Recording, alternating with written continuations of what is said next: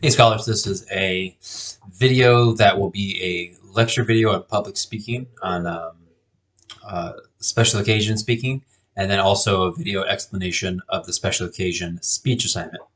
So make sure you have two documents open. One is the PowerPoint lecture for um, occasions for public speaking. It'll say chapter 16, occasions for public speaking. But the thing is, I'm only going to touch on a few things. I'm only going to highlight a few components of just the nature of special occasion speaking. So make sure that document's open. It's only 4 slides. And then also make sure you have the special occasion speech assignment document open in front of you as well. Make sure you're following that along or following along with that as I'm going through it. Okay.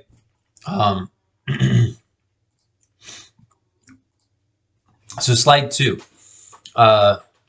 Another way to think about what this kind of speech is called, it's dealing with what's called ceremonial speaking. So there's a big difference between, let's say, an introductory speech where you're introducing yourself, or an informative speech where you're educating the audience about a certain topic. Right? You've done research and you've developed some main points to share with the audience, and you have expert, credible evidence to support these main points. In an informative speech or a persuasive speech, right? Informing, you're educating, enlightening. In a persuasive speech, you're trying to modify our attitudes, beliefs, or values to try to get us to do something or stop doing something or try to get us to agree with you on something. But this kind of speaking is very different. So think of it as like ceremonial speaking. And the goal isn't so much to enlighten, educate the audience or persuade the audience, but it's to strengthen the bond between the listener and speaker. This kind of speaking can create a sense of presence, right? Create a sense of presence among the audience to foster community, to sort of like encourage a sense of community, feeling connected to like the person next to you, right? So imagine, you know, maybe you've listened to a speech, or even like you've been in a movie at the movie theaters where in the movie someone gives some fantastic speech and it's so moving and it's so inspiring, and you just feel this like connectedness to the people in the audience, even though you don't even know them, even more so when you do know them. But that's one way to think about ceremonial speaking. I'm on to slide 3. So there's different types of speeches that go along with ceremonial speaking: speeches of greetings, speeches marking awards, commemorative celebrations, speeches of tribute. A speech of greeting might be, let's say, a speech of introduction. Let's say I'm introducing someone. I'm introducing the keynote speaker for a college graduation ceremony. Or I'm introducing someone who's going to be the featured speaker at any particular kind of event. That's something that you might do in your career. Like, let's say you have some sort of an administrative position, and your company or your organization is hosting some speaker. Oftentimes you have someone who is going to give a very brief speech, right? Maybe like 30-second, 1-minute speech where you're introducing this person. It could be a real honor to do that, but it also serves a key role in the whole audience experience, right? So instead of the speaker talking about him or herself, instead of the speaker describing all their accolades, I might be introducing a speaker and talking them up, saying where they're from and what they've accomplished, et cetera, et cetera. So now that speaker doesn't have to do that, and it sounds better that way. It just creates a different sort of experience when you're connecting with the speaker. A speech marking an award. If you win an award, you're at the Grammys, the Emmys, right? You've seen people who accept awards. Pretty straightforward. And then you have commemorative celebrations, speeches of tribute. The list goes on and on. There's all kinds of ceremonial speeches. I'm on to slide 4. So what you will be doing is a speech of tribute. Some examples of this would be testimonials, eulogies. More broadly speaking, but also being very specific. A speech of tribute is a speech that's concerned with honoring a person, group of people, an institution, or even some sort of an idea. So this can be a speech that what you're going to be doing is creating a speech that either is concerned with honoring a person, living or dead, a group of people, living or dead, right? An institution. So think of like a building, a structure, Maybe it's a hospital. You watched a movie, or you saw a documentary, you read a book, or a news story about some sort of institution, a physical establishment, some education center in some country that is serving some incredible purpose, or some sort of an idea. Like an idea would be nonviolent resistance, and you're creating a speech to bring honor to that, or something along those lines. The whole concept of giving a speech on an idea is a lot more abstract. It's a little bit more challenging. Most people either give a speech on a person or an institution or a group of people. So that's what you're doing. What I'd like for you to do on your own time is to pause this video either now or do this at some point after you're finished watching this video and having read through the assignment. But I have a couple of examples of things to get you thinking about the ideas for your speech. So I have a link down below, right where it says groups, institutions, nonprofit. I have a hyperlink to an organization called Covenant House, and it's in California. And that specific link takes you to the CEO of Covenant House. I think it's CEO. Yes, CEO. Bill Bedrosian. So Bill Bedrosian is a friend of mine, and I know him fairly well. I mean, he's a friend. He's a friend, right? I don't see him a whole lot, but I know him well enough to know. I see him on somewhat of a regular basis. But I've talked to him a number of times about what he does at Covenant House, and it's pretty inspiring to me. And many other people. So there's all kinds of things that this nonprofit organization does. So I bring this up to give you an idea, right? If I were giving this speech, I might choose to give a speech on Bill, right? And about his background. And he's from Chicago. No, he's from Philly. He lived in Chicago for a while, but he grew up in Pennsylvania. And I believe he grew up in Philadelphia, Pennsylvania. That's his hometown. But he's lived elsewhere, and he's done quite a bit. He has a pretty impressive track record, and he's a great guy, right? And I know him personally, but then learning about what he does for work is also very inspiring.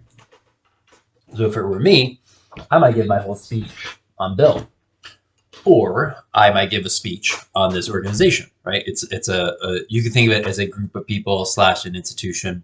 Don't get too caught up in the difference between a group of people or an institution. An institution is generally made up by a group of people. Anyhow, that would be one idea, right?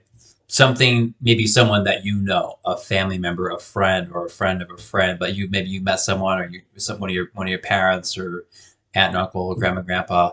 They know someone, or you've met someone who does something that's super inspiring to you. Maybe do that. I'd say choose a topic that you're familiar with. Okay, so that's just an idea. The other idea is to click on this other link down below where it says the YouTube hyperlink down there. Now take you to a speech, which I think this is a speech that I've included in a prior lecture before. It's a speech from it's called The Greatest Speech Ever Made. A speech given by Charlie Chaplin, his character in the film The Great Dictator. And he talks about all kinds of problems that are going on with the world. And in this particular version of his speech from the film, it's been edited by YouTubers with all this not modern day imagery, but images and scenes from around the world over the last 60 years, 70 years, along with music. So this is a very inspiring speech. I've seen the speech so many times. I've played it for my students in classes for over 10 years. And every time I watch it, I'll definitely say that I've been very inspired to think of a number of things. I've been very inspired to do a number of things from watching this speech. I highly encourage you to watch this speech and just start writing down ideas. What does this inspire you to do? Or what does it make you think about? Take a pen and paper, or typing or something. And as you're watching the video, as you're watching this speech, it's only 4 minutes, write down ideas, right? Write down things that it makes you think of, things that like, what about the film is inspiring? You might, I mean, what about the speech is inspiring? You might pause it multiple times. This is basically your preparation. It's preparation for developing the speech. Okay, highly recommend that you do that right now in this moment. Write down ideas. Pause this video, come pick it up later, but at some point. All right, that's enough for the PowerPoint. Let's move on to the assignment document. So open up your assignment document. Some of this stuff I already talked about, right? But this is a speech. It's worth 100 points. Make sure you submit it by the due dates. And I give you some chapters to refer to in terms of developing language and how to use your body and that kind of thing, facial expressions and whatnot. It's worth 100 points, 20 points for the manuscript. So it's a typed manuscript, and then 80 points for the overall speech presentation. Okay, and I'll talk more about that in a second. So what you're doing is you're creating a ceremonial speech, specifically a speech of tribute.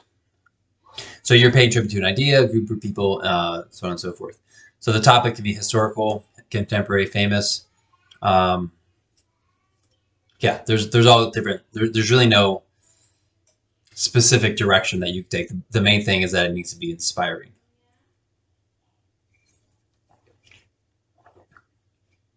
For those of you who like LaCroix, the limoncello is quite amazing. Tastes like there's vanilla in there. Okay, so in a similar way to informative speeches, you still need to give the audience a little bit of information about your topic. They need the main thing they need to know is why your topic is praiseworthy. So they just need to know a very brief history of the institution or the life of the person being praised. You can use examples, testimony, all kinds of sources to illustrate the praiseworthiness of the subject. Analogies, word pictures, getting really descriptive with the language, using synonyms, using words you don't typically use. So think outside the box. Use your computer, use a thesaurus, use a dictionary. Try to be very descriptive as you can. So if I were giving my speech on Bill, I wouldn't give you a whole biography of Bill and where he grew up and what school he went to and his favorite sports and all that kind of stuff. That's more biographical. That's not the point of the speech. I would focus on the inspiring stuff. On that note, your main purpose is to inspire the audience, to heighten their appreciation or admiration of the person, institution, or idea. So as an audience member, think about speeches that you've heard where a person is giving a speech about someone else. They're praising this person. And hopefully you can recall something like this where you're thinking like, oh my gosh, like you've developed this huge, deep sense of respect, admiration, inspiration for the person. Like you're so proud of the person. You just respect them because of what someone else said about them. Like I said, there's so many ways you can do that. Telling funny stories, vividly describing major achievements, using language as creatively and effectively as possible, and so on and so forth. The nice thing is it's a much less academic speech. You're not doing library research where you're doing source citations and having a detailed outline. It's not like that. It's very different. This kind of speech in terms of the grading, the grading is mostly focused and concerned with the delivery and the degree to which the speech is inspirational. So it's like delivery and then the nature of the language that you're using. If you have a speech that has great content, you have really good words, but it's very dull in your delivery, then that's going to be a great issue. And I guess the opposite could be true as well. If you brought in so much life and passion and so much energy into your delivery, but then the actual content is very ordinary and pedestrian, just very lacking any sort of inspiring content, then that also would impact the grade. But I rarely see that. I see more of the other one. I see more of the example where sometimes I see the manuscript is great. I'm like, wow, this information is great. It's so creative. But then the delivery is just very, it seems like the speaker is bored with the topic. And if you seem like you're bored with a topic that is supposed to be extremely inspirational it's sort of there's a huge disconnect there between the audience and the speaker. I mean, imagine you're an audience and someone's speaking about how amazing someone is, but they're just speaking in a monotone voice. And then the reason why I love this person is because they've inspired me to do so many great things, right? So you don't want to have a speech like that. You got to get out of your comfort zone. The nice thing is you get to read from a manuscript, so you don't have to memorize. You should, in a way, the delivery of how you're doing everything should be sort of committed to memory. I'll explain that in a second. I do say here, if you choose a person as your topic, avoid choosing a family member or a friend. So the only time you should choose a family member or a friend is if this is a person who's done things that are so inspiring, such that there's been books written about the person, or there's websites about the person, or there's been articles written about the person. You might have a really awesome grandma who you love so much, but if it's just a story, I mean, no offense, but if it's just like, it sounds like you have a really nice grandma, that's hard. It's hard to justify that topic for this speech. I have a student in another one of my classes saying she wants to give a speech on her uncle. I'm like, oh, okay, like what's the deal with your uncle? And she said he fought in a war, and he, like, I think she said he had all these medals, and he's experienced like amazing or tremendous hardships in life, and he's come out of it so much stronger. And you know, she's been taught all these life lessons from him, and he's gone through quite a crazy life experience, quite a crazy few life experiences. So the rule of thumb is, whatever your topic is, you want to be able to find information about it on the internet, right? So for this assignment, you should have at least one source. You don't have to have any specific number of sources. They don't need to be cited orally in the speech. They do need to be included in the manuscript. So you have to have at least one source where you got the information. So my example again, if I were going to give my speech on Bill Petrosian, I would use the website, the Covenant House website. That would be my primary source, and I would just either in the manuscript, I would either put a footnote, or just put it at the bottom, or just make a note, a comment like, I got all this information from this book, from this article, from this website. So make sure you do that. Yeah. But yeah, you don't have to cite it. You don't have to have an oral source citation. I just want to know where you got the information. Let's say you're doing it on person. Let's say the speech has to do with a person that you know really well, and you've just talked to the person. Well, then what you want to do is conduct a formal interview, even if it's your mom, right? If it's your mom or your dad or your grandma or grandpa, you still want to conduct some sort of a formal interview where you have formal interview questions, where you ask them in sequential order, right? That will create a lot more structure, because if you just have like a nice conversation with your grandma about her past, and then you sit down and you start writing your speech, you're thinking, oh wait, what'd she say? Oh man, I should have written this stuff down. So yeah, if you do something like that, you interview someone that you know without having done research, you still include that as a source, and the source would be interview with so and so, right? So just, you know, use common sense basically for how you include that source. Okay, that's about it.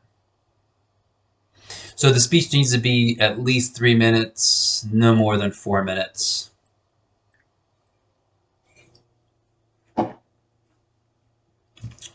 Yeah, that's that. So in the tips to remember, I say develop a manuscript that makes it convenient to read. One idea is to read, to print it out in landscape versus portrait. If you don't know what that is, then ask someone who you live with, or just Google it. So printing on landscape versus portrait might make it easier, because you can have more information without having to read down. So you want to minimize the amount of space that your eyes have to drop down on a sheet of paper. So I wouldn't want my entire speech to take up the paper, because then I'm always going to be looking down, and I want to minimize that eye movement as much as possible. So one tip, one idea that a lot of people will share is you only print on the top half of the paper, or the top third of the paper. Specifically, at least for when you're submitting your final recording of the speech. or just in practice, what the manuscript that you submit, just submit it normal, right? 12-point Times New Roman font with 1-inch margins. That's just what you submit to me. That's what gets graded. That's only with 20 points. But in terms of what you're practicing speaking from, make that more personal, right? You can have notes in there. You can highlight things. You might even want to have a bigger font, like have a font 14 or 16, and maybe highlight certain words or phrases that you really want to emphasize, underline things that you really want to emphasize. Maybe put like, like a squiggly line on the right, smile or look serious or look excited or pause or something like that, right? Make that your own, make it real personal, because you want to be, the idea is that you want to read through your speech so many times such that it kind of just comes off as though it's memorized. You don't have to memorize it, right? You're reading from a manuscript. But if you've only practiced reading from the manuscript a couple times, it's going to be pretty obvious. So for example, when you've been in a classroom or in a situation when you're called on to read something, right? Maybe you're in a book club, or let's just say you're in a classroom and your teacher calls on you to read. This happens a lot more in high school, elementary school than it does in college. At least that's been my experience. But let's say you're reading through chapter 5, and then your teacher says, "All right, Johnny, can you read the next paragraph?" And you're like, "Sure." Well, if I've never read that paragraph before, it's not going to be real fluid, right? I know how to read, and I'll be able to read it, and I'll be able to pronounce the words, but I'll probably, in all likelihood, I'll make mistakes. I might skip, I might stutter, I might skip a word, I might lose my place, I might mispronounce a word. That's expected, right? Because it's the first time I've ever read this paragraph. Even more so if it was a speech. If I said, "Hey, can you read this speech out loud real quick?" And it was a full-on, 3 to 4 minute speech, and you've never read the speech before, you'd be able to read it and maybe even do a decent job. But it'll be very obvious that you haven't read it a whole lot. At the very least, whether it's like really choppy or just not quite fluid, it's obvious that you haven't read it a whole lot because it's your first time. But if you've read something 20 times, 30 times, or whatever, it gets you get really familiar with it, right? You're still reading it, and you don't have to memorize it, but it's like muscle memory. And if you read it so many times, you're so confident, you're so familiar with it. It's almost like you don't even need to read. I mean, you don't have it memorized, but you're only sort of like at that point when you've rehearsed it so many times, you're just sort of glancing down, right? You're glancing down. It's just like muscle memory, but you're just glancing down to sort of like refresh your memory. But you're not reading it because you're not exactly sure what's there. You're just using it almost like a crutch in a way, but not in a bad way, right? If that makes sense. So get really comfortable reading it. Bring life to it, right? Because the first time you read the speech, and our Canvas page, I have all these sample speeches. So read through the sample speeches. Read through the sample manuscripts. There's a bunch of sample manuscript speeches with commentary explaining the nature of the speech. And then I have a couple of actual speech videos that are examples of special occasion speeches. Watch those. Watch them a few times. Go on YouTube and just type in special occasion speeches, and you'll see a bunch. You'll see several. And then, read through those manuscripts. I highly, highly recommend read through every single speech manuscript example that I provided for you in Canvas. I'd say do that before you even begin to think about your own speech topic, because then you get ideas, right? Highly recommend that. Think of that as your training, your preparation for this studying. Instead of doing library research, you're just reading other speeches. And what else? So, once you're done, you'll submit this speech just like you've done your other speeches. You need to be standing, right? You need to be engaging with the camera lens as much as possible. When you're not looking at the camera lens, it's either like I'm looking at the camera lens and then I'm looking down at my paper. Camera lens, paper, right? That's what this speech will be like. Don't tape your speech to the computer screen or somewhere near the computer screen. That looks real strange. Just hold it in your hand, right? Get get the comfortability and familiarity with just reading a speech from your hand, from holding something. Some people like to actually, I don't have an example here, but some people like to put it on like sort of a clipboard, or they hold something. Make it your own. Do whatever works best for you. But do be standing, and again, like the goal of this is to bring life to it, to inspire the audience as much as possible with your energy, with your delivery, and then of course with what you say. So read through the grading rubric, right? These are all the things that you're graded on. Introduction, body structure, conclusion, delivery, etc. Passion, motion. So some of you are more naturally have a more natural sort of disposition towards speaking in a way that's very energetic and passionate, and like carrying that emotion through your voice. If that's more natural for you, great, awesome. And if it's not natural for you, then it's more of a challenge. But that's that's public speaking. So it might feel uncomfortable, and if it does, that's just part of the speech. It's only a few minutes, and I'm hopeful that you'll find this to be enjoyable. That you'll find some level of joy in getting so passionate about a topic, right? So on that note, make sure you choose something that you're very passionate about, something that is inspiring to you. Because if you're not inspired by the topic, it's very hard to inspire the audience about the same topic. Also, don't make sure you're not choosing a topic that's divisive or controversial or doesn't generally inspire the audience in positive ways. So don't choose a topic that is going to be that might divide the audience, right? Where maybe you really like someone, but maybe it's just a person who has a reputation as being extremely controversial. Don't choose a topic like that. That'll definitely affect your grade. So the idea is you want to bring harmony to the audience. You want to inspire the audience to be connected, not to create division.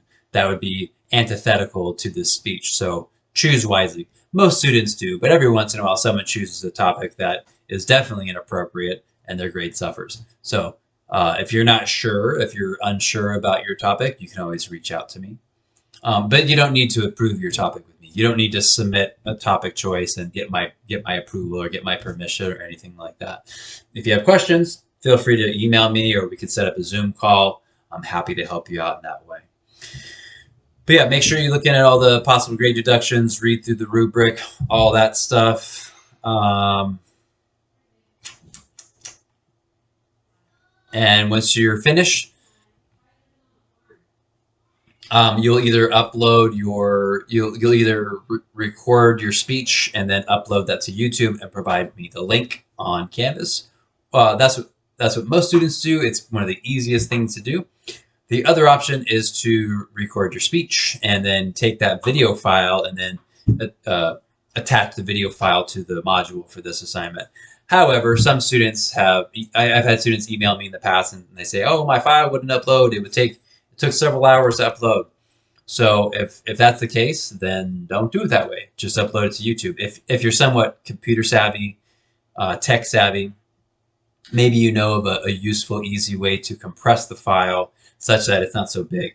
Because a 4-minute speech, I've seen some students submit speeches where I've seen a 4-minute speech that's like 200 megabytes.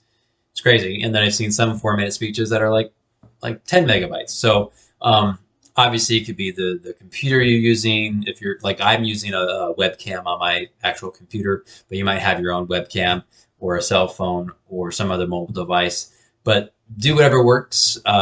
Just get it done. Just like a rule of thumb, right, would be like if you do record your video file and you see that on your computer is just a really, really large file. I don't know what's considered large if it's a relative term, but if it's an extremely large file, I would say either try to figure out a way to compress it and then you upload that video file to the Canvas module, or just upload it to YouTube. As I've said before, when you're uploading something to YouTube, the rule of thumb that I follow and that I've seen online, it seems to be fairly well known at the very least. When I'm uploading a speech, when I'm uploading a video to YouTube, close out of all the other applications on your computer. But in that way, it increases the speed at which the video is uploaded. And that's been my experience. What I found the hard way is I was uploading the video to YouTube, but then I was still like emailing or working on something else or looking at another video or doing something else, right? I was doing other things on my computer, and it was taking an extremely long time. And it was like the progress was like playing tricks on me. I was like, what's going on? So then I researched it. I was like, why is it taking so long?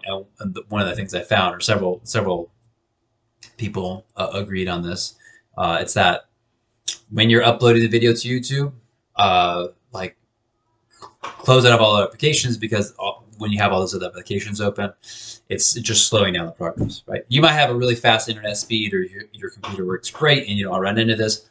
But of course, I'm giving this message out to all my students because at least some of you might have that experience. And this is an assignment that I have for going out to close to 100 students. So out of 100 of you, chances are some of you might be in that category. I'm going into detail and being really thorough here because I just had so many students email me, and they talk about how things take so long. So save yourself the headache. And if you're not sure, just upload it to YouTube, right? Figure it out. That's that. Brainstorming. That's the last thing. So when you're coming up with a topic, like I said, look, consider what I said about my friend Bill. Watch the speech. But at some point, you'll just take a pen and paper and write down. Think about things that really inspire you: people, places, objects, whatever. Right? What are your sources of inspiration? And then just start brainstorming. Right? Just start brainstorming. Free flow of consciousness. Don't think too much about it. Just start writing down topic ideas and things, movies, sports, coaches, people in your life, etc. And eventually you'll come up with quite a long list of potential speech topics. If you're stuck on something, if you can't come up with a topic right away, do something like that. All right, that's it. So I hope you're all doing well. This is the final speech for our class, so hope you enjoy it. Most students do enjoy this one. It tends to be a lot more fun topic. Like I said, it's not really an academic speech. It's more just a creative outlet. And it's a way for you to, pay tribute to a person or idea or an institution that is very meaningful and inspiring to you. Hope you're all doing well, and I'll talk to you later. Bye.